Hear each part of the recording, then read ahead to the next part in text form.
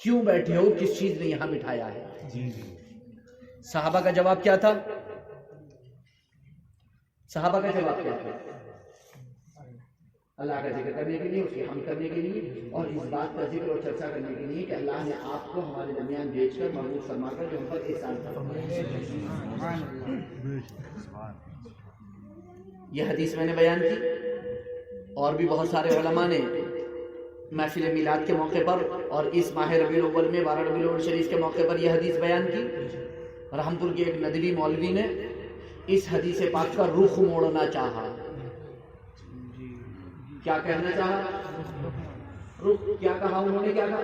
لو یہ سنی جو ہے اس کو اپنی دلیل بنا کے ذکر کرتے ہیں, وہ بیٹھے ہوئے حضور کا میلاد بنا رہے تھے, حضور کا میلاد بنا رہے تھے, کہیں بھی میلاد نہیں بنا رہے تھے, وہ تو بیٹھے ہوئے آپس میں تکرار کر رہے تھے, آپس میں بیٹھے ہوئے تکرار کر رہے تھے, جو حدیثیں سنی تھی یا جو سنا تھا اس کو یاد کرنے کے لیے ایک دوسرے کو سنانے کے لیے بیٹھے تھے. ہم کہنا چاہتے ہیں کہ جو جواب آپ دے رہے ہو وہ جواب صحابہ کے جواب سے بالکل موافقت نہیں رکھتا. کیونکہ جب اللہ کے رسول نے سوال کیا تھا کہ تم کیوں بیٹھے ہو, تو صحابہ کو جواب دینا چاہیے تھا اللہ کے رسول آپ سے جو حدیثیں سنتے ہیں ان کو یاد کرنے کے لیے بیٹھے ہیں, ان کا آپس میں تکرار کرنے کے لیے بیٹھے ہیں, ان کا آپس میں.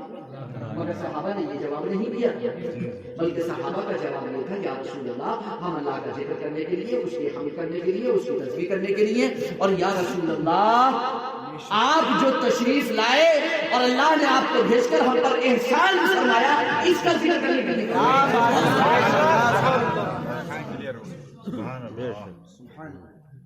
ندوی مولوی نے اس کو گھمانا چاہا کہ وہ حدیث پڑھنے کے لیے بیٹھے تھے یا حدیث سنانے کے لیے بیٹھے تھے.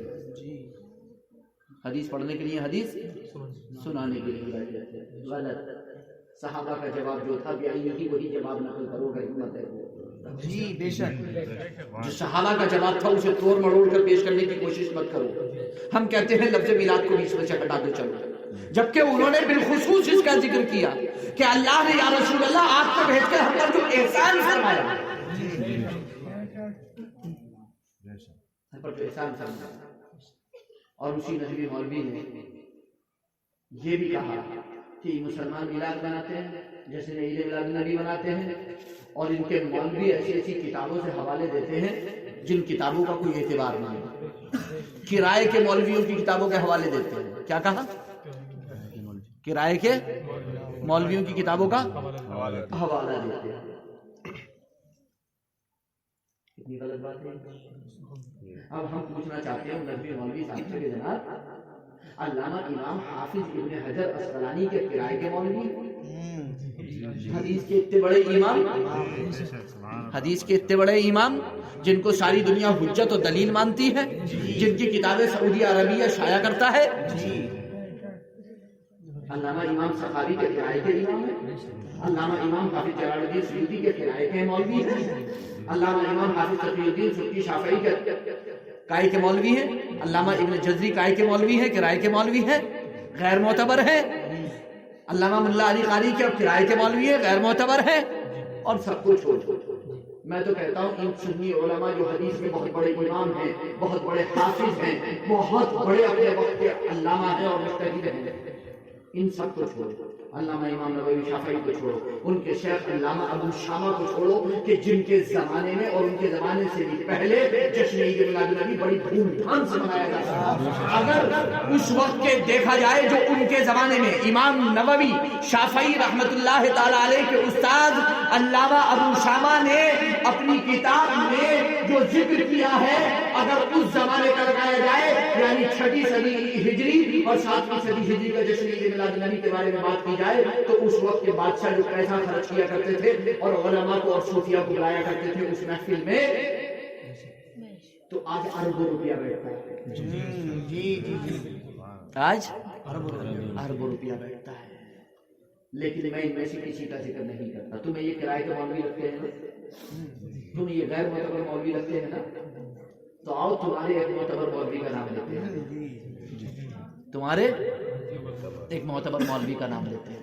کلیجہ تھامو اے ندویوں, سبحان اللہ, کلیجہ تھامو اے سلفیوں,